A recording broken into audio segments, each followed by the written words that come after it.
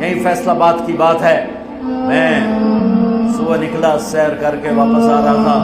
مجھے دور سے ایک ریڑھی والا نظر آیا، سفید داڑھی پگڑی، مجھے بڑا اچھا لگا کہ عام طور پہ ریڑھی والوں کا یہ حلیہ نہیں ہوتا ہے، تو لہٰذا دور سے میری نظروں میں جچ گیا۔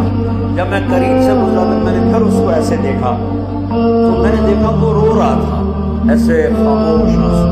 ساز خاموش ہے، فریاد سے معمور ہے، اور ایک ہاتھ ریڑھی پر تھا، ایک ہاتھ پیٹی پر تھا، جو کو پیٹی رہا تھا، اور ایسے رو رہا تھا، ایسے رو رہا تھا۔ تو میں رک گیا، میں نے کہا بزرگو خیریت ہے، اب کیوں رو رہے؟ تو اس نے مجھے کوئی جواب نہیں دیا، اس نے پیٹی ایسے اٹھا دی میرے آگے، تو وہ پیٹی سیب کی تھی، اس کے اوپر سیب ٹھیک تھے، نیچے سارے گلے ہوئے سیب تھے، وہ سارے سیب ایسے بکھر گئے۔ یہ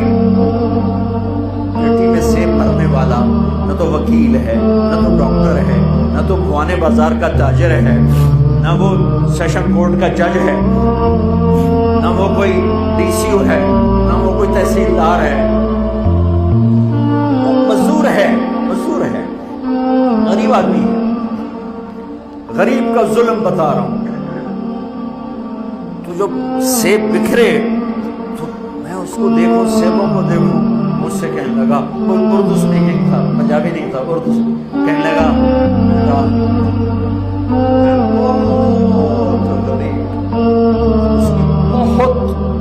اور جب اس نے زور ڈالا میں بہت غریب، ایسے لگا مجھے جیسے کسی نے چھری سے میرا کلیجہ چیر گیا، میرے آنسو نکل،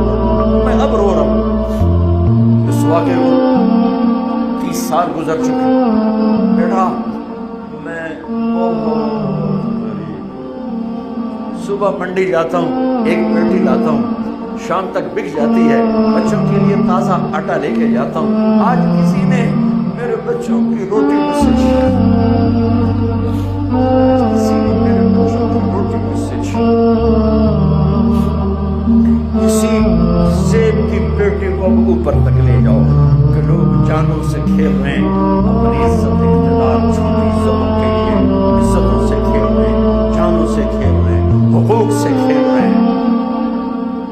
یہاں ایسے ضمیر بکتے ہیں جیسے بھیڑ بکریاں بکتی